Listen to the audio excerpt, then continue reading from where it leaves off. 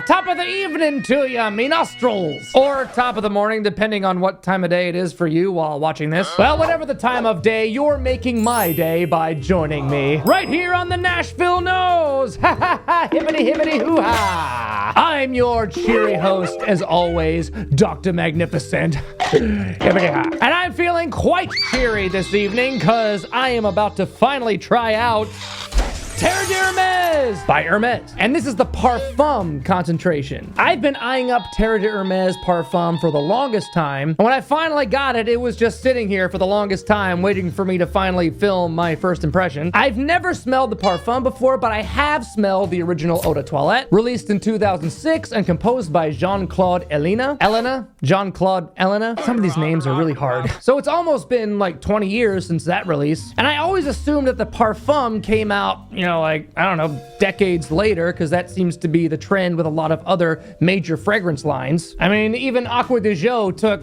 a couple decades for their Eau de Parfum flanker to finally come out. Same with the Parfum. But on the contrary, Terre Hermes Parfum came out in 2009. So it's also been on the market for quite a while now. So that just goes to show me it must be a big hit for Hermes. Because a lot of other hardcore fragrance aficionados and reviewers like myself are fanatics for that scent DNA. I personally, though, wasn't really into it. It has like a dirty, filthy, orange type thing, but I'm sensing a pattern here with myself. Oftentimes when I smell an original Eau de Toilette, and I'm not really crazy about it, but I can see the potential in that type of scent, more often than not, I end up really digging the Eau de Parfum or Parfum concentration because they're usually a little bit more rounded, a little bit less harsh and abrasive. A few examples of this would be like Dior's Eau Sauvage Eau de Toilette. I wasn't crazy about Dior's Eau Sauvage Parfum. Absolutely love it. Same with Fahrenheit Eau de Toilette compared to Fahrenheit Les Parfums. And even also from Hermes. Hermes H24 Eau de Toilette versus H24 Eau de Parfum. I just find it kind of an upgrade more times than not. So I'm really hoping that Terre Hermes Parfum will be kind of the same situation. All right, less rambling, more cutting. I'ma cut ya! All right, the box is nice. It's a sleek all black box all the way around with just, of course, the writing on the front and the Hermes logo on the top. Pretty simple box. Let's check out that bottle. Oh, it's nice. The inside of the box is orange, though. That's pretty cool. There we go. And the bottle is... Jeez, I didn't know that was gonna happen. And the bottle is really nice. I also, it's funny. I never knew this about the Hermes bottles because I've only seen pictures of the front. But if you tip it on its back and look at the bottom, it's an H. As a wise cat once said. Nice touch. Nice touch. But yeah, you got your standard square bottle. Very nice, all clear glass all the way around. Got a metal plate on top, and this cap is a little confusing. Obviously, you got the Hermes logo on the tippity top of the cap. Can you see it? Is it gonna focus? Maybe not. And I don't know, does this come off? Ooh, or is that part of the, I don't wanna break it. Am I doing this right? Do I unscrew it? It's not coming off very easy. Does it just pop off? It's not coming out. Do I just push it down? Oh, I figured it. Okay, all right, I figured it out. I just had to give it a little, like I always say, points for uniqueness, but a little confusing for my first customer experience. This little black cap here, when you twist it, whoop, whoop, whoop, whoop, whoop, and when it slides down, it then becomes the collar. Good thing I'm so smart. So yeah, that's very cool actually. So it's nice that it has something to cover up the atomizer to make sure it doesn't accidentally go off. So anyway, let's twist her down and let's diagnose. The doctor is now in. Time to test out Terre Hermes Parfum. Let's go. Ooh, huh. Getting a lot of green, herbaceous feel in the air. All right, time to smell. Yeah. All right, just as I predicted, it smells like Terre Hermes, but it is rounder, a little bit sweeter, a little bit more cozy. I'm hoping the longevity at least will be fine because even right off the open, the sillage is not leaving a very large scent cloud. Kind of have to get pretty close to it to really smell it. Like from out here, I don't really get it. So we may have to apply an extra spray, which, you know what, screw it, let's do that.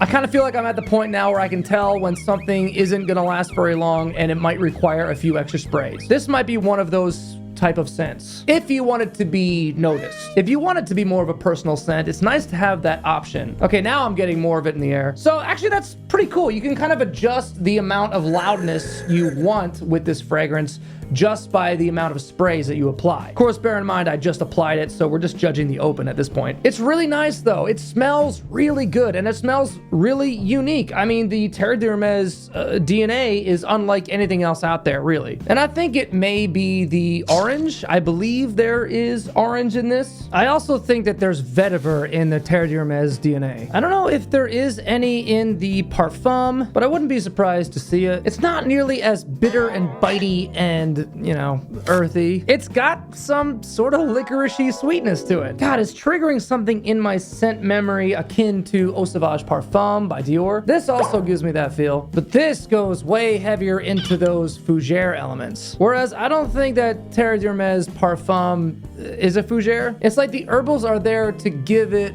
a nice, interesting twist, but they're not really leading the entire group. All right, I'm too curious. Let's look up the notes. Oh, that's interesting. Well, on their website, they only list grapefruit, cedar, and shiso. Well, she's so secretive with her notes, which is apparently an herb in the mint family, native to the mountain regions of China and India, and gets a lot of use in the culinary arts as well. You can't eat it in the wild. They say it's highly toxic, so they steep it in a vinegary brine and use it in certain types of sushi. I'd be very curious if the taste and the scent had any shared characteristics. I don't know, I never tried it, but now I want to. All right, we're gonna have to turn to Fragrantica just to see what other people detect, because I'm shocked that they don't have orange or vetiver listed. That's kind of what this DNA is known for. Okay, on Fragrantica, we do have orange. An interesting note of flint, but like the Flintstones, like it's got a rocky mineral thing to it. And then we only have woods, benzoin, and oak moss. So maybe it's not vetiver, maybe it's oak moss, giving me that green, earthy, dirty feel. I don't know, I don't entirely trust Fragrantica. They've burned me before while I was listing notes for these reviews, so I try not to use them as my main source, but their website isn't really giving me much. So my schnoz is making the educated guess that there is vetiver involved. And I would love for that to be true, because I'm not the biggest vetiver head out there. I love vetiver, but if it's overdone or done in the wrong way, it can come across a little bit bitter and not very pleasing. This is very pleasing. I'm loving this. So oak moss, vetiver, whatever. And of course the woodsy notes they're referring to, I imagine, is cedar, because that's what the website said. So I'm hoping the Parfum concentration combined with that woody cedar backbone and that nice resinous benzoin will be the elements to aid its longevity. It's holding on pretty well so far, but you know what we gotta do? Same thing we always do. Step away, wait a while, a nice good long while, and I'll come back with a full report on its performance and development. Toodaloo!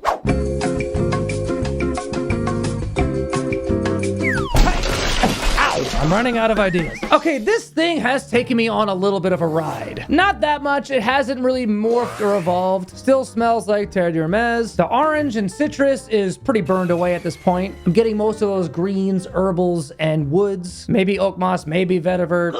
Who knows? Maybe shiso. Maybe it's the shiso. The shiso could be the hero here. I've never smelled raw shiso, so, you know, shiso clueless. So yeah, whatever the greener elements are, they're more apparent now. And yes, I am getting much more of the cedar, but that licoricey feel still remains. Maybe that's also coming from the shiso. I don't know. All I can tell you is what I'm smelling. And even though we've left that bright, crisp, zingy citrus well behind, I am still getting something kind of orangey. It's as if you're not smelling the fruit or the juice, but like a zest or a rind. It's very interesting. For a designer fragrance, I love seeing this level of distinction. It's just so nice. Man, I'm digging this. So now this scent has come into full fruition, I think I'm ready for my final thoughts. I would say it's very professional, perfect for special occasions, or in a nice upscale office, or even if you work at Office Depot. I mean, wear this, you'll smell awesome. They're gonna be like, that employee's ready for upper management. I heard Dallas from Chaos Fragrances saying that if you don't like the original Terre d'Hermes, you won't like the Parfum. I have to say, I feel like I had kind of the opposite experience. Like, I didn't really like the original. Like I said earlier, it was a little too bitey and abrasive, and it also didn't last very long on me. I hate to disagree with you, Dallas, because I agree with you 99.9% 99% of the times. I owe him a lot for several of my acquirings. If you haven't heard of him, go follow Dallas over at Chaos Fragrances. The dude's a mad scientist when it comes to fragrance. I love his content. Bear in mind, though, this is just strictly my opinion. If you agree or disagree, you know where to chime in, or bitch me out if you want. I don't care. I love constructive criticism. Dallas, if you're watching, go ahead and bitch me out. I love you. But I feel like this would be the Terre d'Hermes for the never Terras, because like I said earlier, and my thoughts haven't changed, it is a lot smoother, a little bit warmer, a little bit sweeter. I feel like this is a more tamed version, while at the same time a much better performing version. So this is a total win for me. And I also find it suitable to wear all year round. I would classify this as signature scent worthy. It's got those fresh citruses for the warmer weather. It's got the herbaceous nature, the ambery warmth, and the woody elements for cooler weather. Now I would say if you were to own only one from this line, I vote the Parfum the GOAT. I'm just in love with it, and I'm really glad that I have it to wear this coming spring. I think that's where it will really sparkle. Those greener notes will mesh with the greener surroundings, and even if there's still a little chill in the air, that density will really aid in its performance. All in all, what a successful blind buy. I'm beyond impressed. And if you're beyond impressed with what I have to offer on this channel, why not subscribe to it? Come on, give us a sub. Be my subby, baby. Oh, no, not like that. Not like that. Don't worry. Thank God I didn't call my channel 50 Shades of Spray. And, ooh, that was a good one. Yeah. And if you want to help us lonely YouTube creators, give us a like, ring that bell. It must be working because those algorithm gods really blessed me with a string of successful blind buys. Share me with your pheromone challenge friends and family. Blast me out onto your socials. And like Past Me said, leave a comment. Tell me your thoughts on Terre d'Hermes Parfum if you've tried it, if you've tried the original, or Eau Givray, or any of the great releases from this line. How do they perform on you? Or just ask me literally any fragrant thought you have. I'm all ears and all nose. And I'll be back next time. Hope to see you there. Until then, stay smelly. The doctor is out.